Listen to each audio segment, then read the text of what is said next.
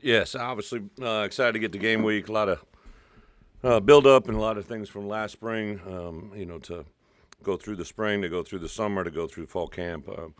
Couldn't be more excited. I know as a head coach going to my 15th year, every season just a little bit different, but these guys have really been a joy to work with. The new additions, we had 40 guys going to fall camp that had never been with us through a fall camp. We probably have somewhere in the neighborhood of 20, 25 guys that will take their first snaps as Illinois football players on Saturday night, and a lot of that goes into obviously their preparation, how they do things, but now to get it all coordinated and kind of play in a way that you need to play to beat a team like Toledo. Toledo's a very good football team. Obviously picked to win the MAC again, and Coach Candle has done a tremendous job ever since he took over and has won more games in that league than anybody else. So a very difficult task in front of us. One I think our guys are excited to play.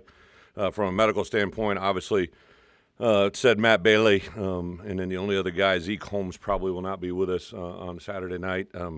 He's continued to get back and put himself in a position, but we're kind of pushing a pause button for him and just kind of letting that kind of get back underneath him. But he's been practicing with us last 2 or 3 weeks. Just had a conversation with him last night to take a pause, see where we're at after a couple weeks, and see where we go. So only other thing is there's a couple, unfortunately, during fall camp, happened actually a couple weeks ago. We've known about it for a while, but two guys, ironically, from the same high school, Malachi Hood, unfortunately, just kind of a routine play, non-contact, was decelerating, and he suffered a popped Achilles tendon. So he was a guy that was kind of really on the bubble of whether he was going to be with us, had done a really good job of getting himself ready last spring, all winter, all summer, and had a really good preparation to get to where we are. And he was a guy kind of on that bubble travel roster. Has just been awesome to see his growth. So unfortunately, he won't be with us this fall. And then on the same high school football team, ironically, Jordan Anderson in our last scrimmage kind of came out of a run and put his foot down. Unfortunately, popped his ACL, so he actually is in a rehab to get himself ready. Malachi's already had surgery. Everything went great. We're waiting for Jordan to kind of get himself in a position, and then he'll start his rehab process. Unfortunately for those guys, both of them redshirted last year, so excited to get them out there this year, but obviously we'll have to wait another year to see that kind of play out. So really that's it. Been very fortunate, I think, all spring and all summer and all fall camp to have a limited amount of guys miss with that time.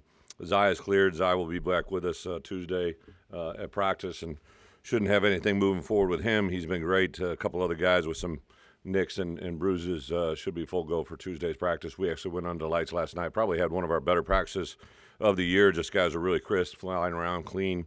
Really excited what I saw last night. We'll hit the practice field Tuesday, Wednesday, and Thursday and see where we go. So with that, open it up for questions. No more of my questions, but the availability list you're gonna have submit a couple hours before the game. Big Ten just. Oh, the rule? Yeah, what was your take? Did the coaches have to submit? Yeah, kind of had that. I had a feeling that was kind of coming and trending in that direction. Really, since I came back into college football, when I was in the NFL, I was really amazed at the amount of volume of medical information that's released. But it's a different league up there, right? It's a business. There's certain protocols they got to follow all the way, starting back to during the game week. They got to submit reports to do some things during the course of the week. This one's just literally on game day, and I would say, as a rule of thumb, as coaches, we probably know by Thursday to Friday. There's always going to maybe be once in a couple times a season where there's a guy that might be marginal. For instance, last year, getting ready for the Indiana game, I remember Julian Pearl got rolled up 2 days before the game. Really, no one knew about it. At first, they told us he was going to be out 2 to 4 weeks, and then we literally had to test him right before the game. He almost played, and unfortunately, he missed that game, but he came back for us the next week. So really, even in my time here, I can't see where this would actually draw much attention other than the normal stuff. But yeah, we'll kind of work our way through that. It's something that came about in the last couple of weeks. It had been talked about for a couple of months, but on away games you travel 74. But what a lot of people don't realize is for home games you can only take 74 to the hotel. So it's already kind of a 74-man roster. So all I see is us. If there's somebody that's on that roster that may or not be involved, for the two reporting levels, I think they're going to have either someone out or someone that could be questionable. Probably just a little more red tape for us to work through, but it's probably something in the long run might be better, especially in this day and age with all the gambling going around and everything else. I think that's probably the driving force more than anything. I think Brian Kelly has talked about doing what the NFL does and releasing something on Tuesday and Thursday as well. I mean, do you see it getting to that point? I personally wouldn't, but I do think that we'll do is what the conference of Brian Kelly can do, whatever Brian Kelly wants to do. I think for us, even in our league, I know last year there were a couple teams that reported injuries, and I kind of was always just amazed at how that kind of came out. I understand the whole side the world is dealing with right now with gambling and all that goes into it, but for me, I just kind of would rather, if there's information out there, that's out there, but if it's not out there, I don't really want it out there, so it is what it is. Running back, it looked like Jordan was kind of up in that top 4 in the times that we were able to come in. So Jordan Anderson, what's the ripple effect of him being out? Well, you guys probably saw limited action in the fall, but he when we started fall camp, unfortunately, he also tweaked his back a little bit, was coming back, had just come back from that. So really, since we started fall camp, I would say by far Josh and Reggie have taken the majority of the reps with the ones. With the 2s and 3s, it kind of just rotated between Caden and Aiden, and then Jordan had worked his way back into it. Unfortunately, as soon as he got back in there, it was popped. So the good side is those two guys that are kind of that next group of guys to go in. I would tell you, if you asked our offensive players for sure, and probably our defensive guys, if anybody wants to see those freshmen take their first reps, I bet you a lot of people would vote between Caden Fagan, Malik Elzy, and Aiden Lawfrey. They're probably kind of a tie for those three guys to watch their first snap in college football. What are some things that you may worry about a little bit more in week one than you will later on in the season?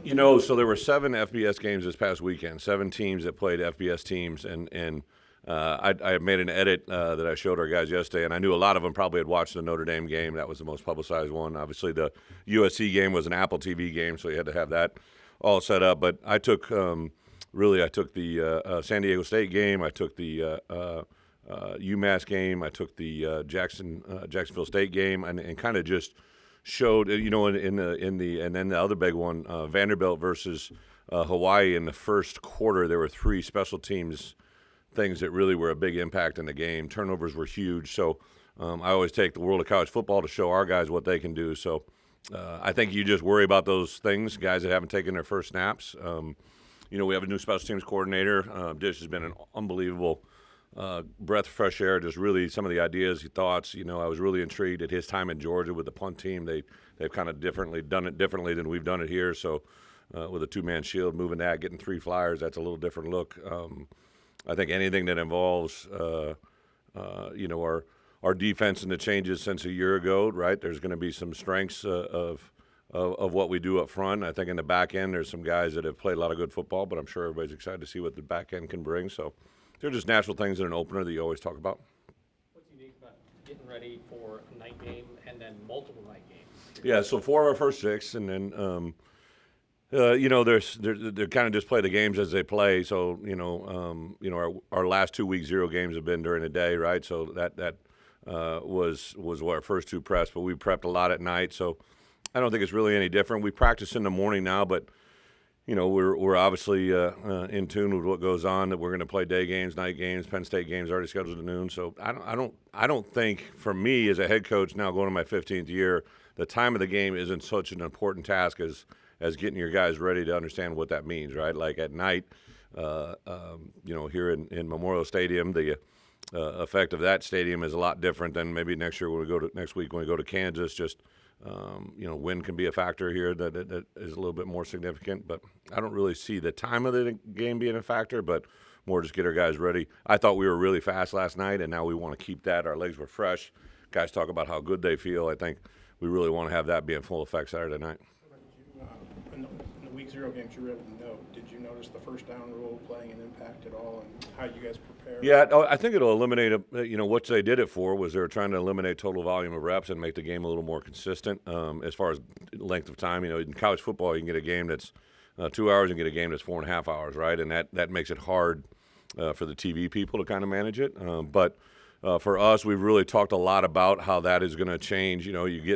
They'll get conditioned to that clock isn't going to stop, and it's not really going to take effect, and it won't become a glaring to them until maybe like a 4-minute mark, the middle 8, and then especially when it clicks past that 2-minute 1:59 mark, it's going to it's going to significantly. And you saw it, this past weekend. USC, I believe, got the ball with 1:35 in the first half. Had all 3 timeouts. San Jose State had 2 timeouts, if not 3. And USC kind of stalled out, had a sack. They had burned 2 timeouts. One was the play clock was rolling down. One was the clock on the punt team on a backed up was running out. They had to burn 2 timeouts. San Jose State gets the ball on the 45-yard line, have a couple plays, then they hit a big second down shot, and they score, I believe, with less than 15 seconds. And never use that 1 timeout. So there's some really good educational football out there if you want to take advantage of it, and hopefully we'll do that. What kind of jumps out at you about Toledo on both sides of the ball? Well, without a doubt, just the way they're coached. Coach Kendall, just very impressed. The success he's had, it doesn't come by chance. He's got really good players that play really good football. We always talk and preach about good football plays, the result of good fundamentals, and it screams on their film all over the place how well they're coached, how well they're disciplined. Offensively, there's no doubt Finn, like number 7, is a very dynamic, incredibly gifted athlete that makes good decisions with the ball. He's very effective on early downs. He can make something special on any given play. I always say the greatest value of a great quarterback is someone who can make something of nothing. And sometimes the answer isn't always clear, and then he makes something that isn't there. And he's very, very difficult to defend in that regards. They got perimeter players. They got a couple wide receivers that are very gifted. They got a running back that's very dynamic. They got an Outland Trophy watch list person up front on the defense side of the ball, and the perimeter especially. They got a couple really good DBs, a safety, a corner that are exceptional. They got an active middle linebacker. Special teams, they've actually had a transition as well. Their special teams coordinator came from South Carolina and had been at Kansas State. So just to learn and study and watch him over the last several stops he's had has been pretty impressive. So not really one thing that you got to, say just one thing. They're just extremely very talented. They got, I believe they have somewhere close to the same number of players up for national award lists that we have, which is very impressive. And to watch those guys play, it's going to be a tremendous task in front of us right away. Reggie played last year, Reggie Love. What does this opportunity mean for him, and what's he bring to you guys? Reggie and Josh both, I think the neat thing for me is just the growth they've had from a year ago. I think both those guys last year going into the year were kind of battling for that spot behind Chase, and unfortunately both of them kind of had some injury setbacks during the course of the year. Josh, got the knee bruise early. As soon as he got healthy, he got tangled up over on the sideline. Reggie kind of had a couple things pop up during the course of the year. Obviously, Chase had an exceptional year, so I think those two guys, knowing and owning where they started last winter, jumping into the spring, obviously a new coach in Thad. I've bragged a lot about the 4 coaches I've hired. Thad in his presence, his knowledge of the game, his understanding, his ability to coach. I think it's really taken those 2 players, especially, to a different level than they've been at, and really impressive to watch that happen. And then obviously the real tell, come Saturday. What's been really fun for me, and I know Thad's aware of it, and Barry and I were talking during the course of the spring. And then during the summer, when we kind of it's just the interaction between those 2. They both cheer for one another. They both, push each other, but also understand the value in those 2 knowing what's going on, because they literally give feedback all the time. And I'm excited to see this work out on game day. Can you compare your comfort level now to, as opposed to opener 2 years ago, opener last year? Do you have a reference there for you? Bob, I get the question, but to me, it's literally every year is just a little bit different, right? We have 3 quarterbacks that none of them have played a snap for Illinois football, right? That's even though BP going into my first year had been a multi-game starter, right? You just have that comfort level with someone you've been in there with. Now, what I am excited about, right? I do think our guys have worked very hard. They're very diligent. The work they put in with Tank to be in condition where they are for us to play the way we played through spring, summer, and fall, and to have as few injuries just tells me they think the right way. But until the bullets start flying, it really, each season is kind of the same. I'm not going to be surprised by certain things I'm going to see, right? There's going to be a really good play, and we can't get too high. There's going to be a really bad play, and we can't get too low. We got to handle adversity. As coaches, we got to handle the moment we're living in. Excited to watch our guys respond, excited to watch our coaches respond, and we have a unique challenge this week, right? And believe me, there is nothing more we've focused on the last 10 days in Toledo, right? But as soon as that game's done, we really got to turn the page very quickly, because Kansas is a short week without a day off. So, once you jump into the season, it's all all bars are set and all tones are leveled out, and you just kind of got to focus on the day ahead. Kind of along those lines, I'm curious if there's any ways that you felt the outside perception of this program change as compared to where you were that Yeah, that's one that's easy to see, and something I've been really guarded against. For me, I've always kind of tried to, as a head coach, I think you got to be ahead of where you're at, and I kind of had a steady crescendo. I knew a lot of our guys were up for national awards. I know that we, received votes to be ranked, right? Like we didn't get ranked, but we beat teams that were ranked, right? So I kind of made note of all of that. Toledo, we refer to them, they're the MAC champs, all right? Like there's no denying what they've done and what they've been able to do in college football has been pretty impressive. So I'm balancing that all the time, but the part that we as coaches got to be aware of now is just the immediate access to our players have to letting people tell them how good they are, right? Like Johnny Newton's doing a podcast for the Heisman, right? And I'm like, holy cow, right? Like when Bret came to me with that, I'm like, all right, we got a D lineman, it's in the Heisman race, right? Like, so some of these things are new charted waters. I've had some pretty good D linemen. I've never had one in the Heisman race before the year started, right? So like whether there's reality to that or not is reality to them. They called and asked, right? So I'm very guarded about what our guys are hearing and making them understand. Like I keep calling them wish list, not watch list, right? Like they wish you to be good. I wish you to be good. You wish yourself to be good, but really what you do is going to determine how well you get rewarded. So I think we got a hungry football team. I think we got a group of guys that really want to work. I think they understand the ability to be humble is a really good trait. Last year we were a 7-1 team that, finished the year 1-4, and there are a lot of different things that probably factored into that. But we got to keep the edge that we're in every game. We got to have not one chip on our shoulder, but two, and that's how we got to play. How do you feel about the staff you put together over the 8 months? You guys have all been together leading into the season. Yeah, just super excited. The 4 new guys that we brought in, I think it's been pretty seamless just how they fit into our building. But each one's uniquely different. Charlie and Antonio on both sides of the ball. One I've known since he's been 16 years old, and one I've known for, indirectly for 4, 5, 6 years. But both of them have had a huge impact in our room offensively. Thad and Dish are both very gifted in what they do. Obviously, Dish has the aspect of being a special teams coordinator, so the value he brings, like I said, just he's been at Georgia, he's been at Tulane with great success last year. He called every one of those reps, right? He actually worked with Coach Candle at Toledo for 4 years, right? So he's got some inside knowledge there of how things happen there. But to see that special teams effect here would be kind of cool. And then Aaron to be the new role as a coordinator, right? I think start off a game like this with a quarterback that's as dynamic as he is and as accurate as he is as a thrower, as efficient he is as a play caller. It's pretty impressive to watch him put together a game plan, see where it's at. But on the flip side of it, like a lot of support staff, we've really done some nice things in recruiting. So even though that doesn't show up immediately on game day, it shows up eventually. Like I think our recruiting department with Pat Embleton, in conjunction with Pearson and Jay Kaiser, and we've added a couple other guys in that room, has been very impressive.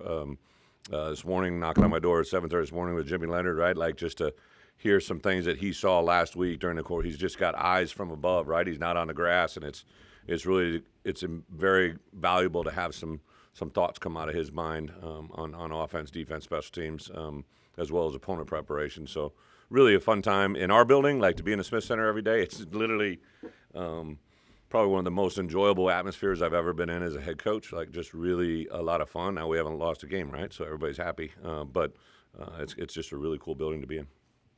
With Jordan out, you've done 4 running backs. Yeah. I know you lost the walk-on kid as well. Mm-hmm.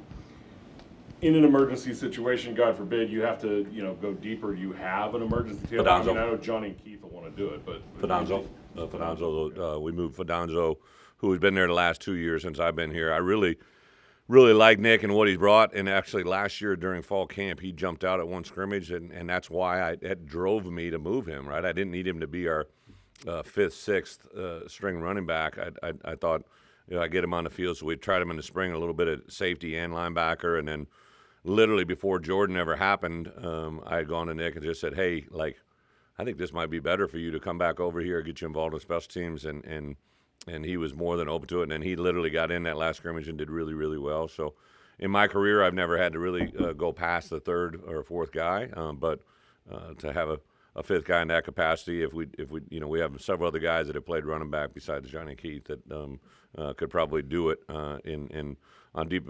For us, Jaheim Clark is a freshman that's going to play for us on defense, but he's given us some great reps because he kind of simulates athletically some of the things you see Finn do. We have probably on the offense side of the ball, offensive line, we won't have a true freshman, but really at running back, you have two freshmen, Caden Fagan and Aiden Lawfrey. And then at wide receiver, three guys, Malik Elzy, Kanari Welcher, and Sean Miller.